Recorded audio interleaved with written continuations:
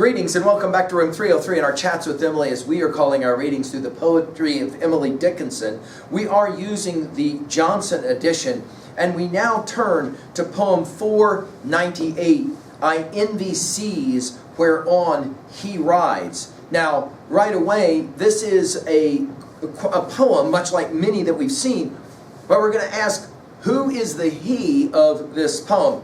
Is it possible we're back to poem 339 and Sam Boyle's departure to Europe in the year 1862? It's very possible, although some scholars have suggested, no, she's not talking about Sam Boyle, she's talking about Wadsworth's trip to San Francisco. Whoever it is, this is a poem of admiration for an individual that Emily can't be with, and that frustrates her. And so here we are back to the poetry of longing. And in fact, when this poem was published in 1896, it was titled Longing. We've seen this a lot in already our study of the poems of Emily Dickinson. Our assumptions that you've been following our stuff at learnstrong.net, down that left-hand side, chats with Emily, our playlist. I'm hopeful that you worked through our set of introductory comments where we mentioned both Wadsworth and Sam Boyle's, as well as the preceding 497 poems. We just finished with 497. He sustained my faith. Now, again, this is a poem about missing, especially missing a friend. Emily at times will be almost like distraught with not being able to be with the person or persons that she loves. This is how she says it. I envy seas whereon he rides. I envy spokes of wheels of chariots that him convey. I envy crooked hills that gaze upon his journey. How easy all can see what is forbidden utterly is heaven unto me. I envy nests of sparrows that dot his distant eaves, the wealthy fly upon his pane, the happy leaves that just abroad his window have summer's leave to play. The earrings of Pizarro could not obtain for me. I envy light that wakes him, and bells that boldly ring to tell him it is noon abroad, myself by noon to him. Yet interdict my blossom, and abrogate my bee, lest noon in everlasting night drop Gabriel and me.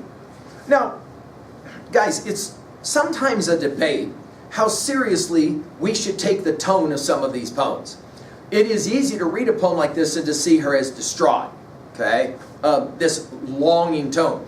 You could also, however, see this as more like tongue-in-cheek and having a bit of fun. So we're not gonna make a decision one way or the other. That's why we call our series Chats with Emily. I mean, you get to decide how you read it. Notice this I envy and the repetition of 5 times.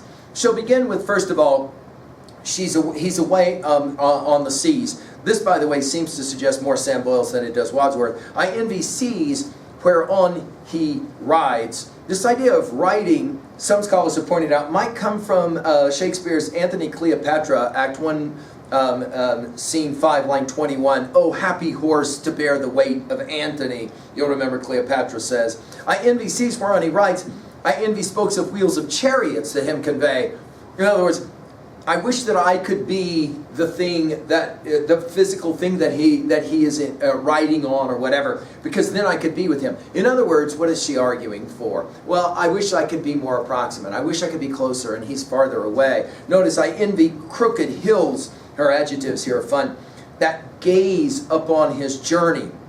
How easy all can see. How easy will take us back to poem 281. How easy all can see what is forbidden utterly as heaven unto me. And notice the exclamation point. In other words, I am not allowed to be with the one I love. Everyone else gets to see him and not me.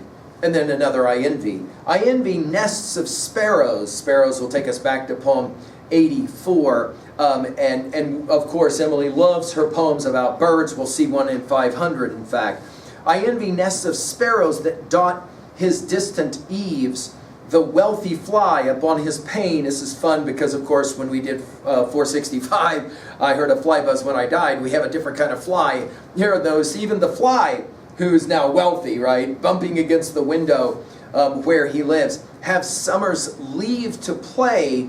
This idea now of the leaves is where we're going to head next. So she says, the happy leaves, notice the dash between the two happies, that just abroad his window have summer's leave to play. I can't help but read this and not think about our, Whitman's Leaves of Grass. We gave full lectures on the deathbed edition of Leaves of Grass. We called it Talks with Walt. Notice how she plays with the words leaves and leave. Notice it's fun. Whitman did the same thing.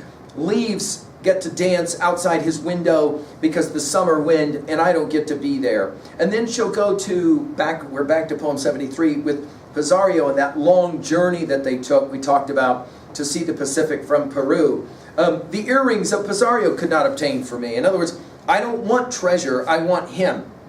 I envy, back to another one, light that wakes him and bells that boldly ring to tell him it's noon abroad. Myself be noon to him. Now, this idea that for the first time, notice, she suggests he maybe is missing me, or I would like to be son to him. And then finally, yet interdict my blossom, here this would be Emily, and abrogate my bee, this would be of course the one that she's missing. We're going to probably assume sample S.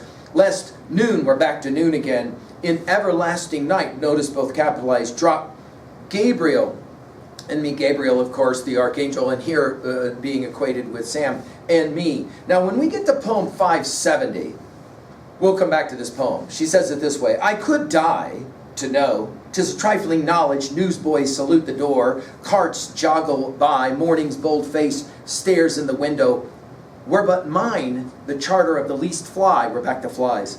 Houses hunch the house, with their brick shoulders, coals from a rolling load rattle, how near to the very square his foot is passing, possibly this moment while I dream here. This same notion of I long to be with the one that I'm missing. And that's, of course, the message at 2A. It's hard to be apart from your pal.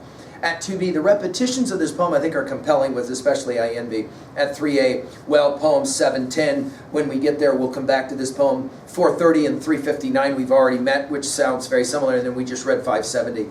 Finally, at 3B, well, I guess we could mention as well at 3A, there's a sense of Homer in much of these kinds of poems, where Odysseus, you'll recall in the Odyssey, we've given full lectures at learnstrong.net. Odysseus in the Odyssey is so driven, motivated to get home to his Penelope, and he always is thinking about, I wonder what she's doing now. And obviously he would understand lines like this: I'd give anything to be back in Ithaca and be the ground that Penelope walks upon. Finally, at 3B, what was a time when you were apart from your pal and you felt that dislocation and that longing? Thank you.